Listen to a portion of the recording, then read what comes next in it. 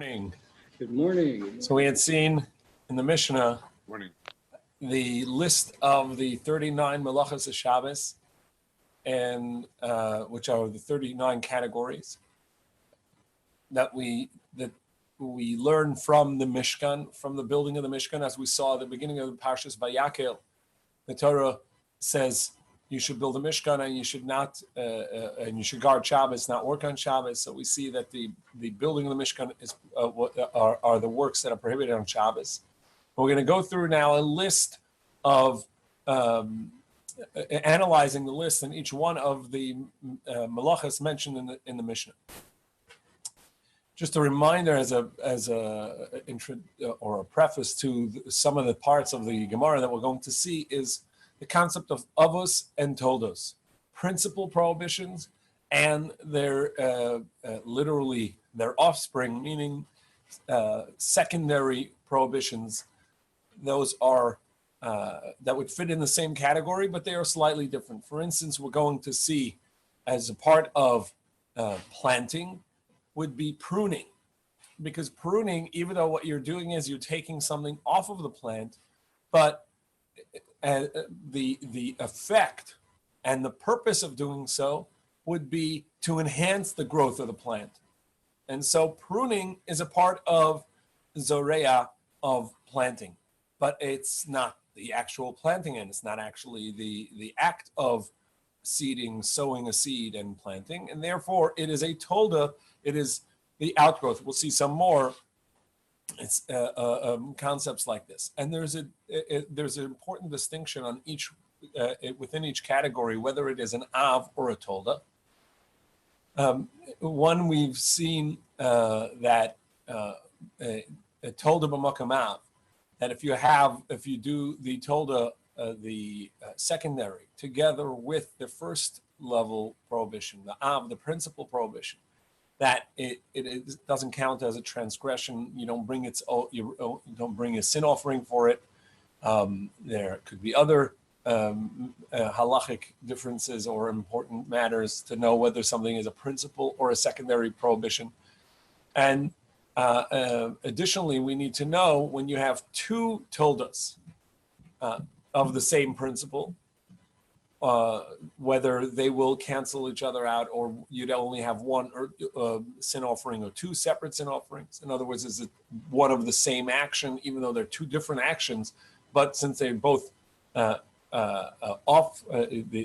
offshoots, the toldos of the same primary principle, would they count as a part of the same av, and therefore only one? You'd only have one chatas sin offering, or you'd have two. Same as if you have two avos of the same principle, two primary principles. And we'll see that, for instance, somebody bakes and cooks in the same ha'alama, in the same lapse of understanding or knowledge. Also, well, we're going to have this question: is it one or two sin offerings?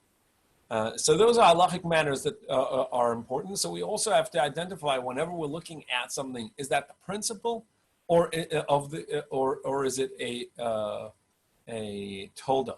And we're also going to see that each one of the 39 categories, you can have multiple avos within that same category. Two things that are exactly the same, and they count as a single av. Because they're basically the same thing, such as we just mentioned, perhaps cooking and baking. Because in the Mishkan, for the preparation of the Mishkan, they needed to cook this, as we saw yesterday in the Mishnah, cook the spices in order to make dye. But the mention in the Mishnah is ofa, is baking, on account of that it's the order of making bread. Which one is the av, or is they both the av? So it's important, and we'll go through it and we'll see in Rashi and other opinions what are the principle, what's an av, and what's a tol. So the Gemara says, Minyane lamali. We've seen this Gemara now several times, quoted from here, and because of a question that we asked. So the Gemara says, Minyane lamali. Why do we have a count? Why does the Mishnah have to tell us 39 melachos? We know it's 39.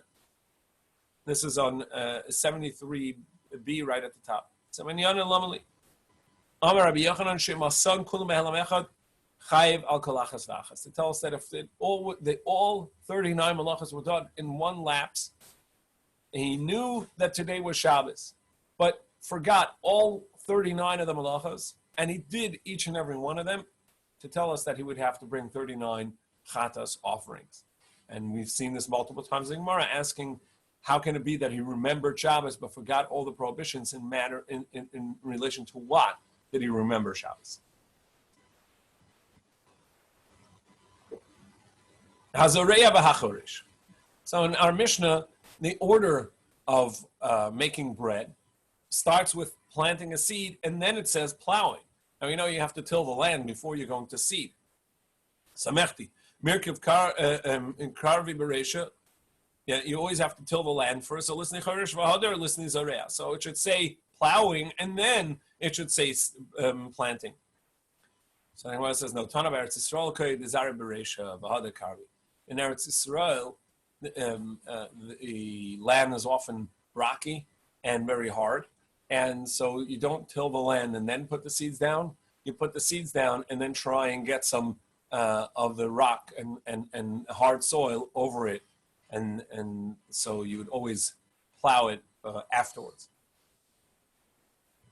Tana hazoreya v'hazomer v'hanoite v'hamavrich v'hamarkiv kulam malacha achase. We learn that planting, meaning sowing a seed, zomer, and pruning a branch, which helps it grow. Vanotea, and planting a tree.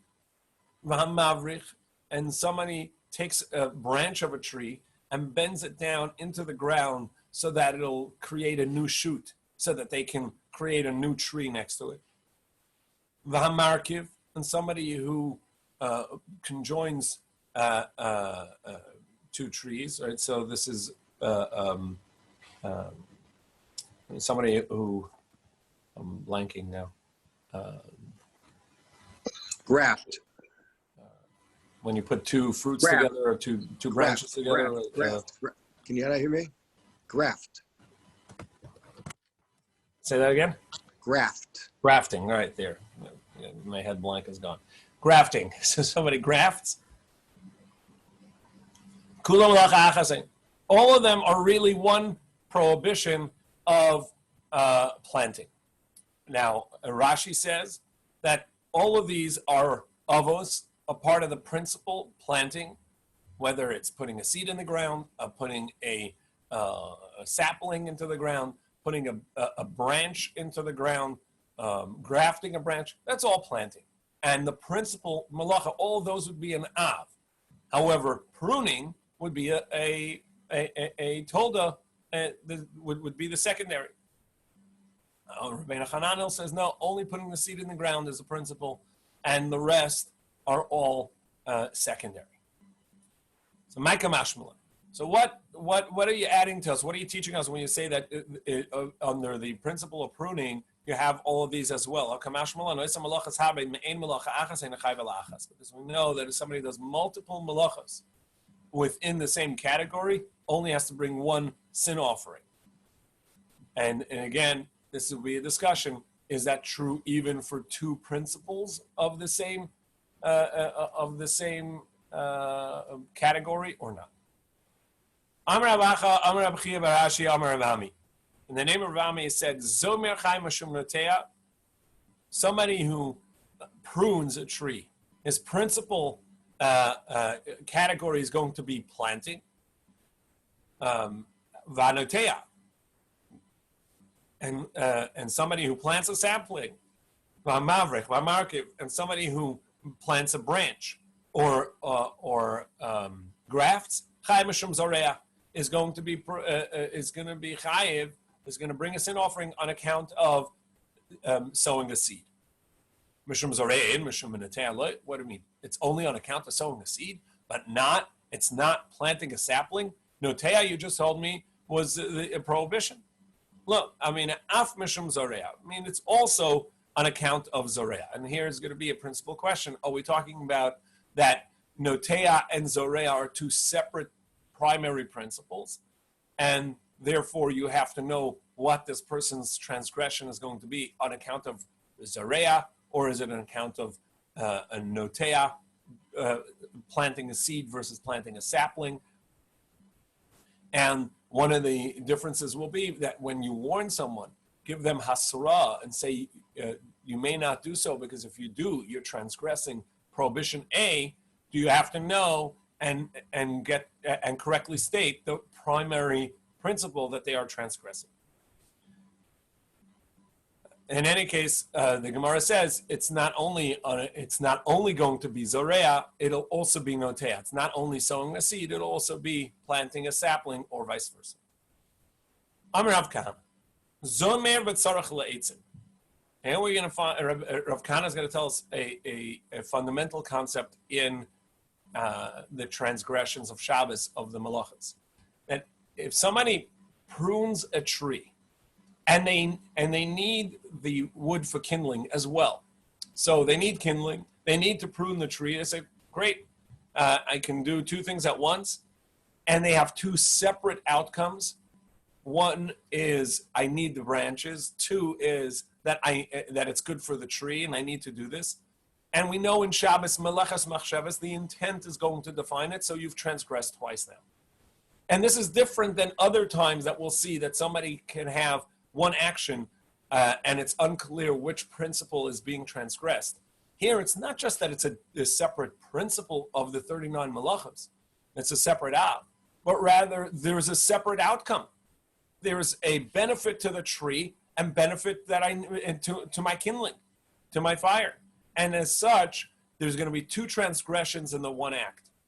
One, that I'm planting because I'm enhancing the tree by pruning it. And two, I've now harvested branches for my fire. So therefore, the Chayv Shtayim is going to transgress twice and bring two sin offerings. One for harvesting and one for planting. Similarly, somebody who cuts down, it's a certain plant that would be used for animal feed, and you would cut down the first layer, and it would continue to grow. So as it continues to grow, you can cut down multiple times the new growth, and more of it will continue to grow, and therefore it's going to count as both pruning and harvesting. One for harvesting and one for planting. Somebody who cuts down beets, but he does so by cutting part of it and leaving some of the root, and so it's going to continue to grow. One for planting, because it's going to continue to grow, and one for harvesting, because he took some of it in. Vachorish. The next in the Mishnah after planting was plowing. Plowing, as well as digging into the ground, and somebody who pulled something along the ground to make a furrow. All three are really one and the same. Rashi says they're really one principle because they're all the same action. It's just another way of softening the ground. If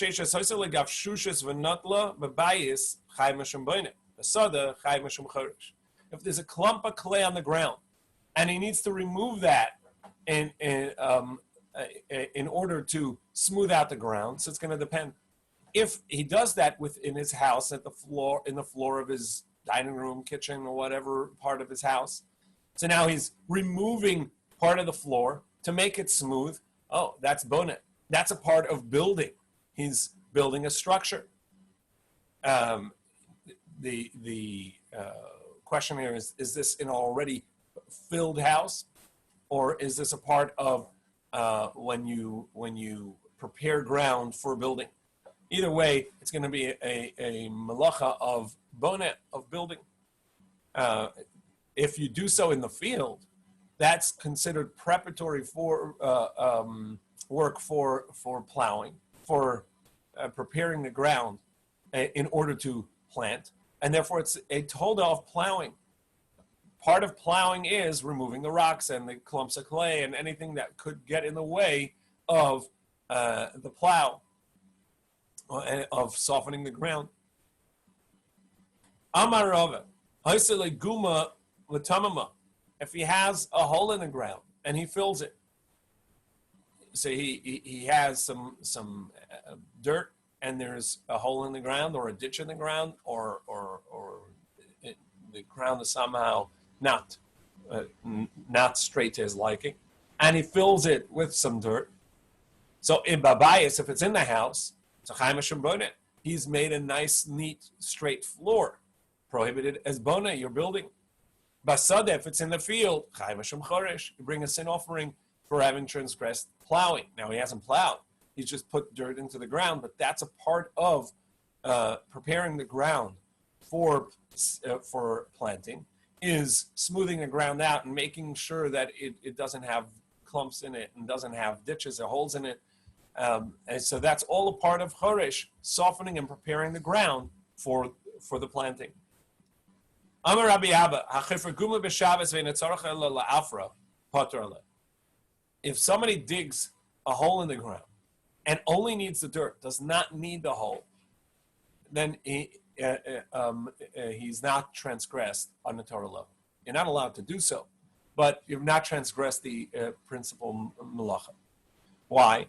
Because as we just explained, choresh, the malacha is making the ground soft for planting. But when you don't need the ground soft, but rather you need the dirt taken away from there. You need the earth. You need a pile of dirt somewhere else. So now that's a malacha she'ena tzricha legufa. It's a prohibition of it's a malacha, it's a work, but you don't need the result. You don't need the soft ground. Rather, I need the dirt taken away. So that's a malacha she'ena tzricha legufa. I have a prohibition, a prohibited work that I don't need the end result. However, Rabbi Yehuda says malacha she'ena tzricha legufa chayiv. That counts as a work because you're doing the work, even though you don't need the end result. However, va'afilu Rabbi Yehuda, here even Rabbi Yehuda is going to agree it doesn't count as a sin offering. You don't have to bring a sin offering. It doesn't count as a Torah transgression. Even though normally, typically he says that malacha she'ena tzricha legufa, work that you don't need the end result. You don't need the product it produces. And here that's the dirt. That's the hole in the ground. You don't need the hole in the ground. You need the dirt. Nevertheless, he says chayiv. Generally, it's going to be you have to bring a sin offering, and it's going to count as a transgression. Hani mili misaking. That's where, even though I don't intend for that, and I don't need the end result is positive. Here, the end result is negative. I do need the dirt, but so that I'm using. But what's the result in the ground is a hole in the ground. That's destructive to a field. That's destructive to a lawn. That's destructive to the ground. It always, having a hole in the ground is a negative. I don't need it, and it's destructive, and therefore, even Rabbi Yehuda will agree you have not transgressed the Torah prohibition, because this is destructive. And as we saw in the Mishnah yesterday, we mentioned every one of the malachas must be done in a manner that they are productive, not destructive. Okay, I need dirt. I need dirt. Correct. So I dig up some dirt. How's that not malacha? I need dirt. What is the malacha? Define the malacha. So you're saying choife is only when I'm plowing or whatever. It's preparing the ground. It's digging into the ground to prepare it for planting. Here you're destroying the ground. You're not preparing the ground. You're not softening the ground. You're not helping the ground. I'm getting what I want. I'm getting dirt. Great, but that's not the prohibited malacha. The malacha is not gathering dirt. The malacha is choresh, plowing. Plowing is tilling the land, preparing the land for seeding. So you have to be doing something that tills the land. It may be taking away rocks. That's a part of tilling the land. It's preparing the land for seeding. It may be smoothing it out. It may be digging. But all that's going to have to be for the end result. The purpose is the ground, softening and preparing the ground. But what you're doing is actually destroying the ground. So that's a makalkel. Even though that you're doing it for a purpose, you're getting what you need. But that's not a malacha. That's not the creative work that was in the Mishkan, which is tilling the land. And therefore, it's not a malacha. In terms of muksa, it could be a problem still, but just not a malacha. Right, muksa will get to another thing. If I prepared it before Yantif, so then I can use it or not. Right, that's going to be a separate question of whether you're allowed to move something. It has no use before Shabbos, so by the entrance of Shabbos, it was a useless item and therefore be muksa. That's a separate prohibition. And that's rabbinic, as muksa is rabbinic. We're looking at the Oraisa prohibition, the Av Malacha. You're not going to transgress that and don't have to bring a sin off. Don't have to bring a chatas. V'hakotzer. And one who literally who reaps, cuts down. So Tana hakotzer, v'habotzer, v'hagoder, v'hamesik, v'ha'ura, kula malacha achasen. These are really all one work, and they're really the same thing. They are harvesting, but there are different words used. So we say we go blueberry picking, and we reap. You wouldn't say we're reaping blueberries. You say we pick blueberries, but you reap. You may say that for stalks and grains and corn. So it's different terms for harvesting. So botzer, kotzer is reaping, and botzer is for grapes, and goder is in dates, and mosek is in olives, and ora is in figs. It's the same. You're harvesting, but they have a different term for each one of these fruit. So all of them are really the same malacha. They are harvesting. Amar Papa Hayman the shada pisa ladikula ba'asi tamre chayiv shtay. If you throw a clump of clay at a date tree, at a date palm, and right, the dates are pretty high up, and you want to get the dates down, so you throw a clump of clay up at the top of the palm, and it hits the branch and shakes the date cluster down. So chayiv shtayim, you've transgressed two Torah prohibitions, two principal prohibitions. Achas mashum tolesh, because you've benefited in harvesting. V'achas mashum mafarik, and one because you've extracted.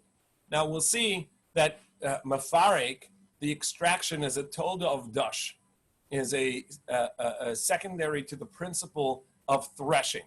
That's the taking out a food stuff, taking out really something that I need that is contained within another external packaging, external container. So it's the wheat berry from the husk. It's milk from an udder. It's and any extraction. So dash, the threshing is the principle. It's the wheat berry from the husk. Milk from an udder is going to be secondary. So over here, there is also mafarik. You extracting. What are you extracting? So it seems that Rashi says that it's extracting the fruit from the tree. And the Rishonim ask, well, then how is this any different than every other time that you're harvesting? You're extracting something from the tree. So it's true when you're harvesting grains, you're taking the entire stalk, so you're not extracting. But when you take an apple off of a tree and you take grapes off a vine, always that's going to be, besides for harvesting, also going to be a prohibition of extracting. So the Rishonim say, no, what we're talking about is that in the date palm, there's some protective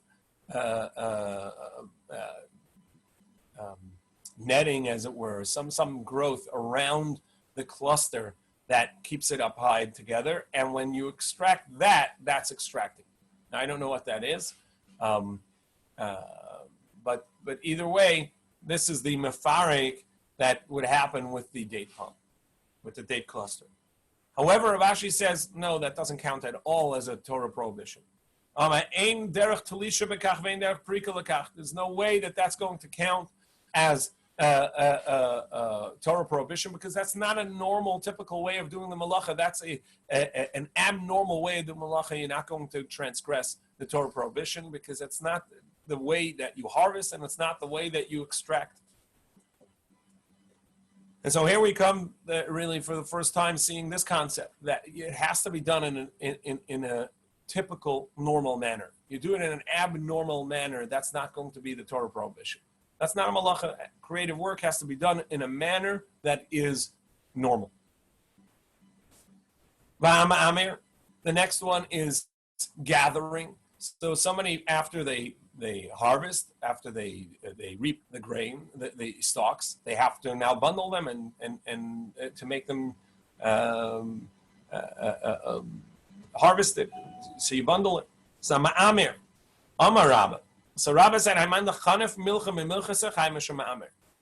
Rabbi said that if somebody goes to the salt pits, which was, as we mentioned a few days ago, they would, you can see these on the Oregon coast as well, they make some ditches in the ground near ocean water and allow the water to come in at high tide and then to recede, and the sun will dry out the water, and you have salt deposits. And so if you have these salt deposits and you're gathering the salt, so that's ma'amir. You're making a pile of a harvested product, and therefore you're going to transgress ma'amir. Abaye Amar, to which Abaye says, no, that's not true. In imur el begidule karka. No, imur, this prohibition is only in something growing from the ground. You have other things that you're gathering, they're not going to be imur. And in fact, the Rishonim tell us that it's not only something that grows from the ground, but it has to be where it grew. If you spilled, you had a container of oranges, which grow from the ground, and you tipped it over, and now you have oranges all over the place, and you want to gather them on Shabbos, that's not going to be ma'amir. That's not going to be this prohibition. It has to be that you're under an orange tree and you want to gather them up. That's where the prohibition of ma'amir is. But if they're in another place, that's not ma'amir. Ma'amir is specifically produce that grows from the ground that's detached from the ground, and they're laying in their initial place, and you're gathering it together in order to create the harvest, to create so that you can bring them in. That is a ma'amir. Hadash, threshing. Tana hadash v'amanapet v'amanapet kula malacha achasin. Threshing, which is extracting the wheat berry from the wheat stalk by having it trampled on by on a board or somehow trampled on. Or manapates, which was beating down, they would use sticks and put the flax down on these nets, and they would beat them down in order to release, whether it's the seed or the fibers. That would be manapates. Vamanapate, and similar to extract the cotton seed from the cotton, all would be the same malacha. It's the same action. And they count as one. Now we get to the next four in the Mishnah. Hazorah, winnowing, which is throwing up the post-extracting dush, threshing, where you now have a mixture of seed and chaff. You throw it up into the air, and the chaff, being lighter, will be blown with the wind farther, and the seed, being heavier and denser, will fall immediately, and that's a way of separating it. So that is selecting what I want or what I don't want from what I want.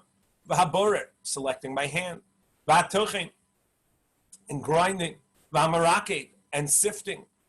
So 3 of those 4 are actually doing the same thing. I'm taking out the bad so that I have what I want. Hainu zore, hainu bore, hainu marake. Really winnowing, selecting, or selecting the bad from the good, or leaving the good by taking out the bad. Marake, sifting, are all the same. Each one is a separate thing, and the Mishnah counts them as 3. We've seen in all the rest of these that when they were the same, it counts as 1. And here in the 39 malachas, these 3, which are essentially doing the same thing, are counted as 1. So Abai and Rava Damar Tavayu, here Abai and Rava say the reason is Kol Milsa Dahava b'Mishkan, everything that in the construction of the Mishkan was a necessary step. Afagav, and now we're on 74a, Ayin Dalet Amud Aleph. Afagav the Ikad the Damila, even though that they are similar, Chashivla, they count it as a separate thing. V'lichshav nami kosesh. Well, why don't we also include that the crushing of grains to remove the outer husk, which was also in the mikdash in regards to the spices. And so, what are you going to tell me? Because it's too similar to threshing. Well, so to here we should count them separately. The reason is because a poor person will eat his bread without the threshing. In other words, they would eat coarse grain bread. And since that was typical and common, it doesn't count as a separate thing. Even though that in the Mishkan, it may not have been done that way. And Tues disagrees, says maybe in the Mishkan it was not. Rabbeinu Tam says maybe in the Mishkan it was done this way, where they skipped the step because they didn't need it in the preparation for the dyes. They didn't need to do this husk removal. Either way, either because it wasn't in the Mishkan as well, in preparation for the building of the Mishkan, they didn't need to do this step, or because commonly it's not done in the making of bread, it doesn't count as its own malacha. But these 3, which were done in the Mishkan and are commonly done, they are counted as 3 separate principles in the malacha, even though they are very similar.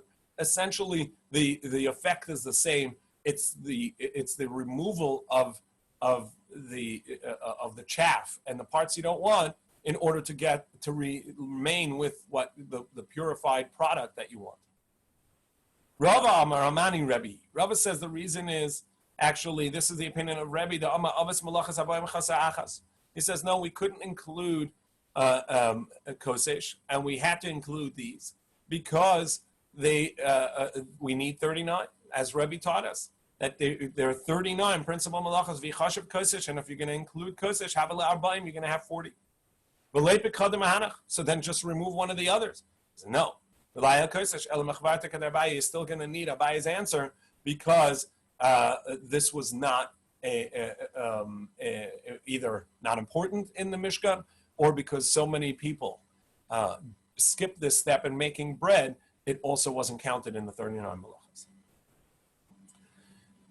We need to understand the malacha of borer, and we need to introduce that. The malacha of borer is, as Rashi and Tosas define it, selecting the good or selecting the bad so that I remain with the good. And essentially, every time we eat, we're going to be doing selecting, because I serve that which I want and don't serve that which I don't want. I use my fork and I take the parts on my plate I want and leave what I don't want, or vice versa. I can move it aside. So there's always a borer. So when I'm taking the good out of the bad, I'm selecting. Now it's important to know that there are opinions that say that the prohibition of borer is not selecting, but rather separating. Just anytime you separate 2 items, whether they're both good or not, it doesn't fit well with our Gemara here, and it definitely doesn't fit with the Gemara in the line before, which said that sifting, borer, selecting, and zora and winnowing are the same. If it's just separating two things and not necessarily selecting the good from the bad, then they're not the same, because zora, winnowing, and meraked, sifting, are clearly separating bad from good. So therefore, we're going to go with Rashi and Tues, and that is the halacha. The Shulchan Aruch says it this way, that it requires selecting bad from good or good from bad. The problem is that every time I'm eating, I'm selecting what I want and taking out and leaving what I don't want, or vice versa. And the Gemara is going to tell us that any time that you're in the process of eating or preparing the food for eating, that in and of itself is not selecting. That's eating. That's a normal manner within which we eat. What we're talking about when we say selecting is selecting so that I can leave it for a next step. I can leave it for something later. And that's really going to be developed in this Gemara right here with this Brisa. Tana Rabbanan. So the Brisa has a cryptic shorthand note, and we're going to try and figure this out with multiple explanations. Some of them are actually correct explanations but don't fit in the Brisa. Some of them are not going to be the final final answer until we get there. Tana Rabbanan. He has in front of him foods. Rashi says it doesn't mean two different types of foods, because as we said, if you have two different types of foods, then which one is bad and which one's good? And we have to have a good and a bad in order to define selecting. If you have two good things, that's not selecting, that's just separating. So it doesn't have to be two types of foods. Tosa says, no, it could be two types of foods. You have a bag of jelly beans and you don't like the black jelly beans, right? So that even though that it's food, but you don't want it, so that in relation to you is going to be bad. Either way, so you have different types of foods in front of you, or one type of food and you want some of it and the other part is no good. So borer va'ochel, you can select and eat. Borer miniach, you can select and leave it. V'lo yivra, but you're not allowed to select. V'imbirer chayav chatas, and if you selected, you transgressed the Torah prohibition and you need to bring a chatas. And where it says, well, that's so cryptic. You may select, you may not select. If you select, you transgress the Torah prohibition. What's going on? Micah Amar. Amar Ula. So Ula gives the first explanation. This is what it means. You can select and eat it that day. Because that, if it's within that day, then it counts as preparation for your food, and you're allowed to do that. And you can even leave it for somebody else to eat sometime that day. But you're not allowed to select now for tomorrow. Because if you select for tomorrow, that's already a preparatory step for something else. That's going to be considered the Torah prohibition of selecting. And if you did select for tomorrow, it's going to be the Torah prohibition. Maskef la Rav Chisda. Rav Chisda says, no, that can't be. Now, the question Rav Chisda says is much stronger than the way he expresses the question is stronger than it actually is, because we've explained that the concept that Ula is saying, and it remains la halacha, is that, well, the principal idea of selecting is selecting for something. I'm selecting so that it remains, I have what I need for the next step.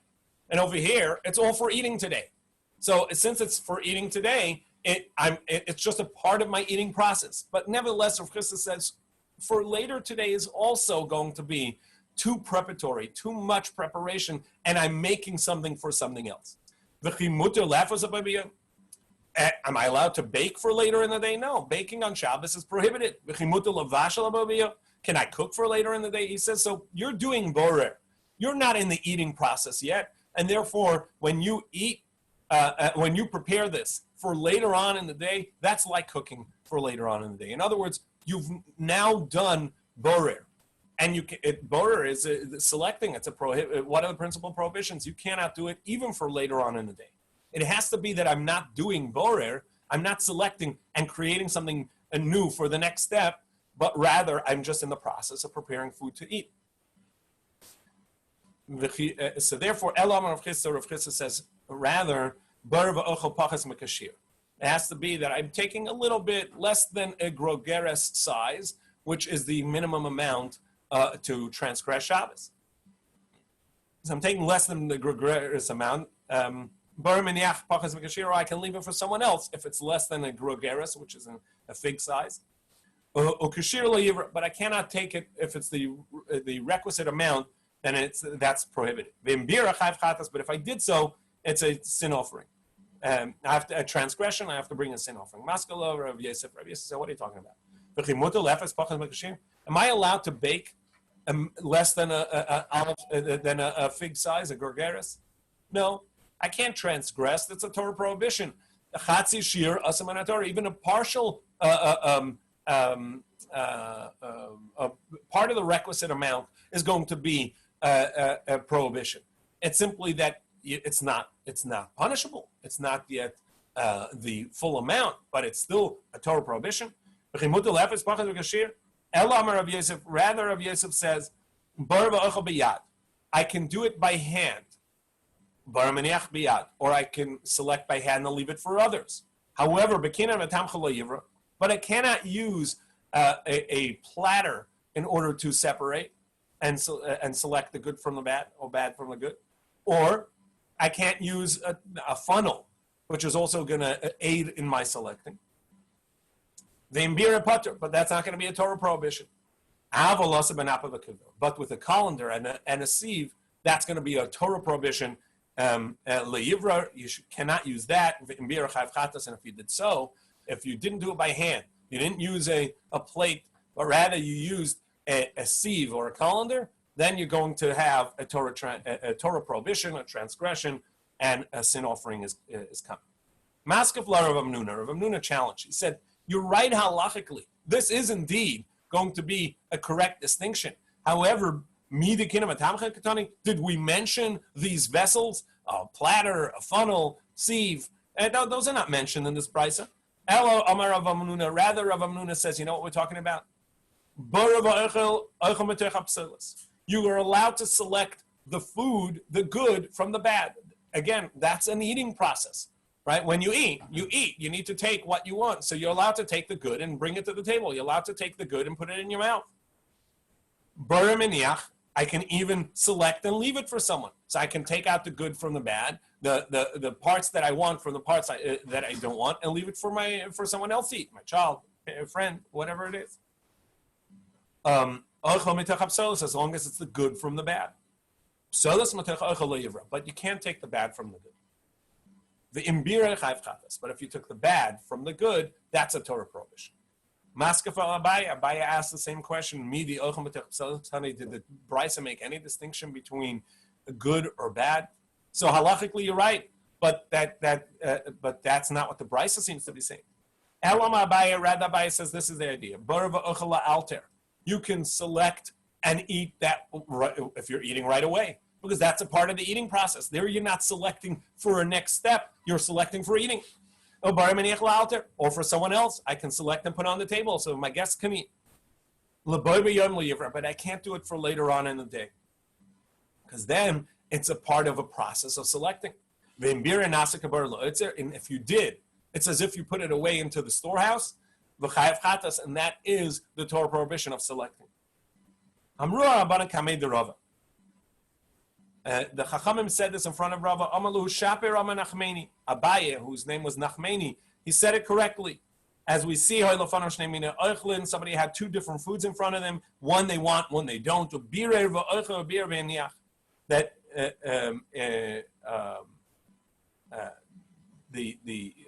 he took out that which he wants and took out that which he wants and left it for others. Ravashi Masni Potter. Ravashi learns of that price. He's exempt. Rav Yirmiyah Medifti Masni Chayev. However, Rav Yirmiyah says that he would transgress. Ravashi Masni Potter Vatani Chayev. How can Ravashi say Potter? But we learned above that he's Chayev. Like Kasha B'Kinam Tamcha Benapa B'Kevra. So the distinction is going to be: did he use a sieve or colander? That's going to be a Torah prohibition. He has to bring a sin offering.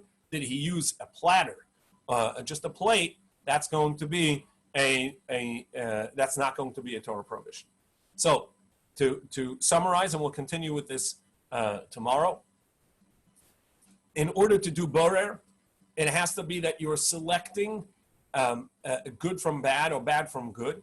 And that separation for the sake of creating something, a pile of the good so that I can have it later, tomorrow, the next step is the prohibition.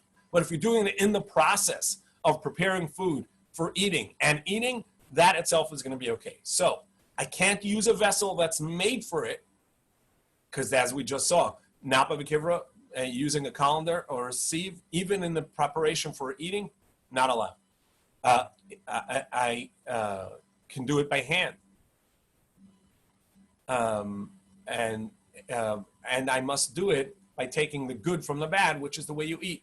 So I take out the good and I leave the bad, but I can't, even by hand, and even immediately prior to eating, I cannot take the good away from the bad. That's the definition of borer, of select.